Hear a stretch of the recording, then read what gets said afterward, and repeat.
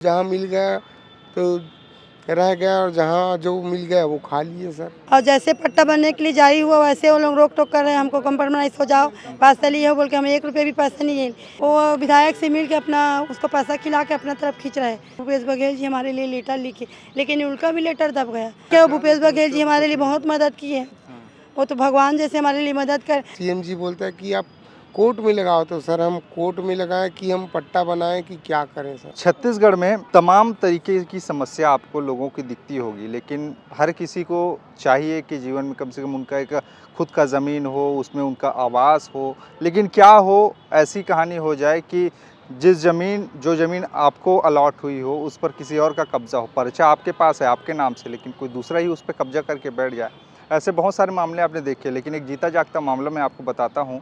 और वो परिवार एक महासमुंद ज़िले का रहने वाला मजबूरी में अब रायपुर में आके कूली मजदूरी का काम करे, फुटपाथ पे सो रहे हैं, क्योंकि उनका ज़मीन किसी दूसरे के कब्ज़े में है और पर्चा इनके नाम से है। जो ऋण पुस्तिका होती है वो इनके नाम से है। अब ये पूरा का पूरा खेल कहानी कैसे शुरू हुआ, कैसे हुआ, इसी को जानने की कोशिश करते हैं। पीछे बैनर लेके खड़े हैं, अपनी फरियाद लगा रहे हैं कि कम से कम सुन ले सरकार, हमारी जो समस्या है उसका निदान कर दे ऐसे करके। और इस परिवार की दयनीय स्थिति को देखकर आप अंदाज़ा लगा सकते हैं कि ये जो छोटा बच्चा यहाँ पे दिख रहा है वो पढ़ाई भी कर पा रहा होगा कि नहीं कर पा रहा होगा। भैया है, क्या नाम लिखते हो भैया?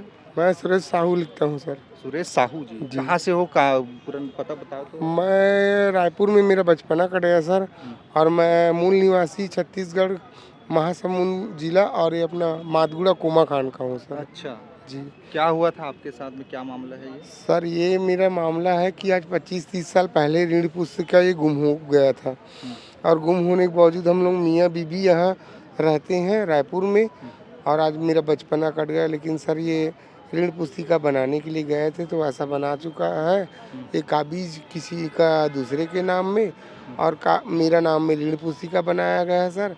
और हम लोग अभी मीटर के नाम से ही ये पट्टा जारी हुआ है सर। अच्छा, ये जो ऋण पुस्तिका आपके नाम से है, इसमें लिखा है सुरेश पिता कन्हैया, है ना? तो ये आपके नाम से है, लेकिन जब ऑनलाइन रिकॉर्ड चेक कर रहे हैं तो उसमें कोई दूसरे का दिखा रहा है। दूसरे का काबिज दिखा रहा है जी। अच्छा जी, तो ये कब पता चला आपको ये 2022 में मिला है सर। और हम महासमुंद से कलेक्ट्रेट को भी बोले तो बोले कि आप अपने हक के लिए लड़ो। अब हम क्या बोले सर, सीएम जी को बोले तो सीएम जी बोलता है कि आप कोर्ट में लगाओ, तो सर हम कोर्ट में लगाएं कि हम पट्टा बनाएं कि क्या करें सर। और हमारा बहुत समस्या है सर, हम तो बचपन से आज यहाँ रायपुर में रहते हैं, लेकिन हमारा कोई यहाँ छाया नहीं है। अब बस जहाँ मिल गया तो रह गया और जहाँ जो मिल गया वो खा लिए सर। अच्छा, करते क्या हैं आप फिर यहाँ रह के? मैं तो सर यहाँ रहते कुली कबाड़ी काम करता हूँ सर। अच्छा जी, तो किराए के घर में रहते हैं? कहाँ नहीं ऐसी अभी फुटपाथ पे रहते हैं? फुटपाथ पे ही रहते हैं जी। अच्छा, जी, कोई ठिकाना ही नहीं है? कोई ठिकाना नहीं है सर। कितने लोग आप? 3 लोग हैं, हम लोग पत्नी और बच्चे के साथ? जी, अभी फिलहाल 3 लोग हैं, और हमारे मदर भी था जो साथ में मीटर होकर के थोड़ा चला गया, तो आज 1 वर्ष हो गया। अच्छा जी, नहीं है वो। तो इससे पहले और कहाँ गए थे आप? हम तो नहीं, कहाँ इसको लेके जो आप बता रहे हैं? नहीं, कहीं इनको लेकर के बहुत जगह गए सर, पदम नगर में भी, और अपना राजनांदगांव में प्रदर्शनी भी किए। पदम नगर कहाँ ये? वो भिलाई 3 वाला? भिलाई 3 में। तो हमें बोला कि आप अपने हक के लिए लड़ो, कोर्ट में लगाओ। तो हम कोर्ट में, गरीब आदमी हमारा तो रोटी के लिए नहीं है सर, तो हम कोर्ट में कहाँ चक्कर काटें। तो अभी तक कोई सुनाई नहीं है सर, कोई सुनाई नहीं।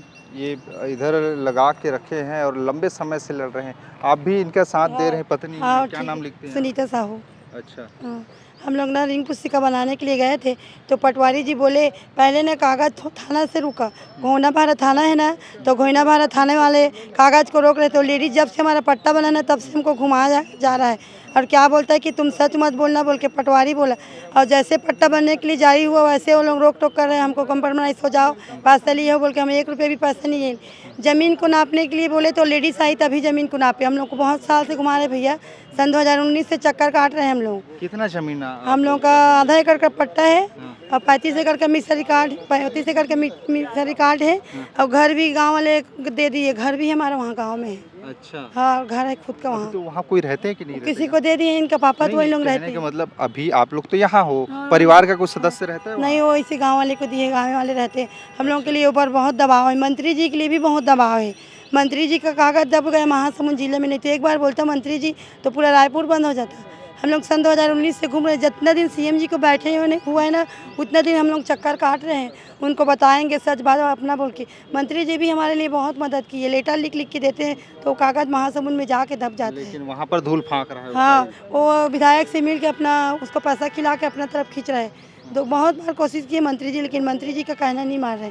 इसीलिए हम राहुल जी के लिए प्रदर्शनी कर रहे हैं कि भैया सुन लेते तो हमारा थोड़ा मदद कर देते ऐसे बोल के। इसीलिए उनके पास मदद के लिए गुहार लगा रहे हैं।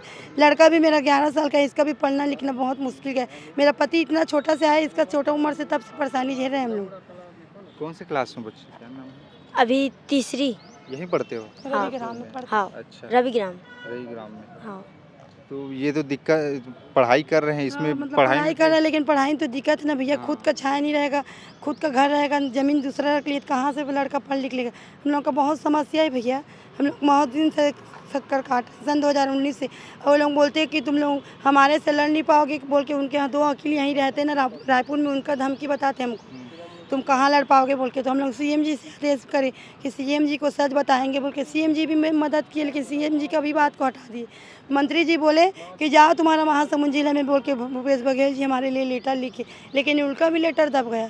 उतना बड़ा मंत्री जी का लेटर दब रहा है तो कम बड़ी बात है। उनके लिए भी दबाव है, हमारे लिए है तो है दबाव, मंत्री जी के लिए भी दबाव है।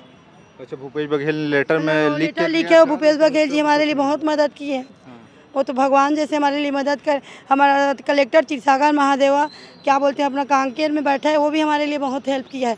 वो बेचारा 1 रुपया भी पैसा नहीं दिए, फिर भी हमारे लिए ना अपना रिंग पुस्तिका बना के जारी करके दिया है। तो जितना कर्मचारी हमको गोल गोल घुमा रहे हैं, हम जितना वो लेडीज़ पैसा दे के सबको खरीद रहे हैं। प्रधानमंत्री जी के लिए भी लेटर लिख के दिए तो वो कागज़ भी दब गया। उसके पास भी कागज़ लिख के दिए कि वो हमारा सुन लेते बोल के, कोई हमारा कोई जगह सुनाई नहीं हो रहा है। इसीलिए भैया के लिए मदद के लिए गुहार लगा रहे हैं जी। कुल मिला के बात वही है, इनकी ज़मीन कोई दूसरा कब्जा करके बैठा है। कुछ समय पहले इनका पर्चा हुआ, बाद में बना।